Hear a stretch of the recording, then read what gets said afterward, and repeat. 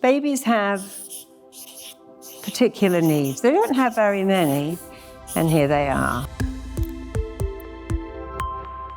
So I tell this story a lot because it's such a simple story. Somebody rang me up and said, I'm morbidly obese, and my daughter said, Daddy, when you take us to the party, you may not get out of the car, do not get out of the nobody must know how big and fat you are, stay in the car, and we'll leave the party, but don't get out of the car. And he went, I promise, promise, promise. But of course, Daddy drove up, and they're not coming out of the party. He's waiting. They don't have a mobile phone. Got out of the car, rang the bell. They went, oh my God, everyone knows how fat you are. Now we're going to be bullied at school. You've ruined our lives. And they both cried all the way home going, Daddy, why did you do that? Everyone knows you're fat. You've ruined our lives. I went straight to Pizza Hut and Ben and Jerry's. I sat in the car eating pizza, eating donuts, and I was in tears, just stuffing my face because I'm out of control. The question is, when did this happen? Oh, I've always been fat. I've been fat. Well, I remember being fat at 2. My mum used to call me her little Mack truck. I was a big fat baby and my mother was a feeder. I've always been fat. I've tried everything not to be fat, but something in my head just won't let me. So that was quite interesting. So let's go back to 3 scenes. I'm going to ask you right now to see if you can find a link. This was a very straightforward, simple session. First scene, he's a premature baby, just come home with strict instructions. This child must gain weight or he's got to go back in an incubator. So they have this whole rigmarole. John and I went to see some friends who had newborn twins, and I saw the same setup. They have monitors on the crib, and if the baby brings up milk, parents run in hysterical and feed him, and he's bringing out milk. The mother's crying, he's going to die, he's not taking enough milk, father's getting very stressed. That was scene 1. Scene 2, he's at the hospital in weight, and the nurse is saying to him, why can't you feed this baby? He's not gaining any weight, you're irresponsible, he's got to gain weight, he must get bigger or he'll die. Scene 3, he's actually getting bigger. The whole panic of running up and down and screaming and crying has gone. And mother's saying, look at him, he's like a jumbo jet. He's getting so big, he's such a good feeder, such a good baby. So they were the 3 scenes. If you had to find a link between those 3 scenes, the third scene is very different to the first 2, but if you could find a link, what word or phrase would you say would link those scenes together? Anything? Just take a guess. To be big is life. To be big is life? There's so many different words. There's not one. It's not like you're going to get it right. Mother's anxiety around his eating was a key thing. He felt approval. He knew he was approved. He was approved of if he gained weight. Yes, when he gained weight, he made mum very happy. Any others? Scarcity, yeah. And fear of dying, fear of going to hospital, fear of being parted from his mother. Any others? You see, it doesn't matter which one you pick because they're all correct. So now we've done the intake and we've investigated, and now it's our time to interpret. How did those scenes affect any child with a mother crying, going, he's going to die, he's got to gain weight, would have done what you did and become a compulsive eater. So we're interpreting, how did those scenes affect you? Of course they affected you. Children before 5 have no logic whatsoever. Only feeling, and the feeling is my mum is so anxious and terrified. If I don't gain weight, it must be my fault. I'm upsetting my mother. I'm not doing the right thing. I got to please her. In scene 3, certainly pleased her. She was delighted, and she'd pinch his little fat legs, and he's such a big fat baby and such a good eater. So now we've got to do the 4th thing, which is to interrupt the belief. Look, darling, that made perfect sense to any baby. After all, a baby's hardwired to do 2 things. Find connection, avoid rejection. When you eat, you get connected. When you don't eat, it's rejection because you're going to go to an incubator and not be around the mother. So that's very clear. Babies must find connection, avoid rejection. And not eating caused rejection. Mum would cry and be hysterical. But when you ate, you got tremendous connection. Mum's bragging to her friends and telling them how wonderful you are. But that was then. You're now 45 years old and likely to die any minute because he was way over 400 pounds. But I'm going to talk you through something that I was doing last week in London. So that little baby boy that was born weighing 2 pounds, babies have particular needs. They don't have very many, and here they are. Loved, significant, safe, and connected. There we are. So these are the needs of a newborn. You might say, are they the same? So you might say, surely connected and loved are the same. Not really. So imagine mummy and daddy love you, but you're in daycare. And in daycare, they don't love you, but if you're safe with them, if you're connected, then you'll be okay. Maybe you go to a babysitter, maybe a family member's looking after you. So it isn't just being loved, it's being significant enough to be cared for, safe enough not to be in danger, and connected. They had a terrible case in the UK last year about a couple who took their baby to live in a forest in the middle of winter in a tent and didn't understand that babies can't regulate their temperature. And the baby died in this tent with them because they were camping in December and didn't understand that babies need a hat and a baby grow and gloves. So that baby certainly wasn't safe. And now poor baby isn't even here. So after we've had these needs, we have a few more. So let's say we're now 4 years old. We need to be seen and heard. We need to be celebrated. And we need to have someone who is proud of us. Proud of you. So who in this room could say, oh, thank you so much. All those needs were met for me. All through my childhood, I was loved, significant, safe, connected, seen and heard, celebrated. Somebody was proud of me. Raise your hand if you had all of that going on pretty much all the time. It's okay, it's good. Put your hand up. Keep your hand up. So we've got 1, 2, 3, 4, 5 people. And that's interesting because I think there's 75 people in the room. People say, where do I find my clients? You find them everywhere. You find them everywhere you go. Because most people didn't get this for all kinds of reasons. Maybe their parents planned to love them, wanted to love them, but just couldn't do this. And how many of you as adults say, well, now it's okay, today in the room, I can tell you all these needs are met all the time. Put your hand up if all those needs are met all the time. It's probably a slightly higher number. Now we've got 1, 2, 3, 4, 5, 6, 7, 7.5. And that's okay, because this is what we do. So you see, when you have these needs and they're not met, only 2 things can happen. The first thing is, I've given up. Somebody said to me, one of my very early clients, I talked about love. He said, what's love? That's a foreign country. I've never been there. I have no idea what that is. I have no idea how you get it. My parents didn't want me. I never had a single birthday party. They told me my whole life that I was a mistake. I was an only child, certainly a lonely child. I was always left in the... They'd go on holiday without me every year. Always the month of my birthday, by the way. And I have no idea what love is, and I'm never going to know what love is. And he was a chronic alcoholic. What was so interesting with him is as he began to tell me, he said, well, nobody would love me. I mean, he said, he said, when I drink a lot, he said, I've had accidents a couple of times, wet myself and worse. So who's going to tolerate that? But actually what he was really saying, which I pointed out to him, is, darling, that's not the truth. The truth is you think you're so unlovable and unworthy of love that you drink to mask the symptoms, the unspeakable truth. I'm not lovable. I'm not enough. And actually, you must be lovable because his chauffeur, he was now very wealthy, his chauffeur paid for his sessions. My boss is such a lovely man. He's slowly killing himself. I want to pay for him to have a session with you. He never drank again after that session. He got married a year later. And he was 65. He married someone who was 65 too, which I loved because he was very wealthy, could have married anybody. But he found someone that was intelligent.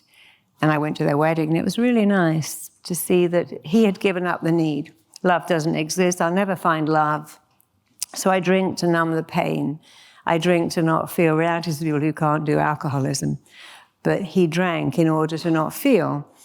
And when we were able to show him that the real presenting problem was I'm drinking, but what lay beneath was I'm not lovable, I'm not enough. And it's such a painful thing. It's easier to say, oh, I'm an alcoholic. Who could tolerate that? I'm a drug addict. No one's going to put up with that. I'm morbidly obese. Of course, nobody's going to be with me. We're just hiding the real truth, which we always want to fix. The presenting problem, what lies underneath. I'm unlovable. So he, like many people, gave up the need. I'll never find love. I've got animals. Bridget Bardot said, I gave the best of me to men. What a waste of time that was. But what's left of me and the rest of I give to animals, they never lie, they never cheat, they never deceive me. And that was someone who gave up too, lives with all her animals, not saying that she's wrong. But we see people who say, oh yeah, I got bullied at school and I work from home. I just do a job. I can't go into the public arena and risk being rejected. I can never work on a shop floor in an office because it reminds me of school. I got dumped, therefore I can't have love. So a lot of people give up the need, and that's most of my clients. They've given up the need. I'm never going to have a baby. I'm never going to find love. I'm never going to be successful. I'm never going to have my dreams. I'd love to be slim and not be depressed, but it's not available. They give up. But the second half do something interesting. They give the need away. So pretend you're the second half. They go, okay, someone out there is going to meet all of these needs. I'm going to find someone, I don't really care who, and it's their job now to make me feel loved, significant, safe, connected, seen and heard, celebrated, proud of me. I'm not averse to going through their phone and saying, do you love me? Why do you love me? You sure you love me? And that can work. I found somebody, and I've given, here's your job, meet all my needs. But of course, what happens is those people tend to have children, who also have needs, or maybe they've got something, and they've got their own needs. And so they both don't work. Giving the need away is very sad. You can live in an apartment with 11 cats and get everything delivered by Amazon, never see a soul. But it's not really a full life. Or you can give the job to someone else. Well, you're forever needy when you give the job away. You're needy your whole life because someone else's job is to meet your needs. And the answer is, for ourselves and our clients, that a bit of DIY, we can do this. How can I make myself feel safe? This is not about running around the house, locking the doors and putting the alarm on. It's saying, I'm safe to say, hey, could you love me? Hey, I'd like to be your friend. Hey, do you want to hang out with me? Would you like to, hey, I've got a great idea. Would you like to market it? I'd like to be promoted. I'd like a pay increase. Safe to be yourself. Love, that's very much your own job. If you can't work on knowing you're lovable, then you're always going to be in a deficit because someone will only love you to the degree that you believe you're worthy of love. And if you can give love but can't accept it, you become like this cup. You're forever empty. You know, I every day, imagine this cup is full. I give to my husband, to my daughter, to my clients, even to my pets, but they give back. So my cup is always full because I give and receive, and it's a very nice symbiotic relationship. But if you're not lovable, you often can't receive. You can give, but you can't receive, and so you're forever empty. So the trick is with our clients and ourselves, and I'm telling you this because all through this week I want you to notice with every client how off these are. So I'm going to leave that in the corner.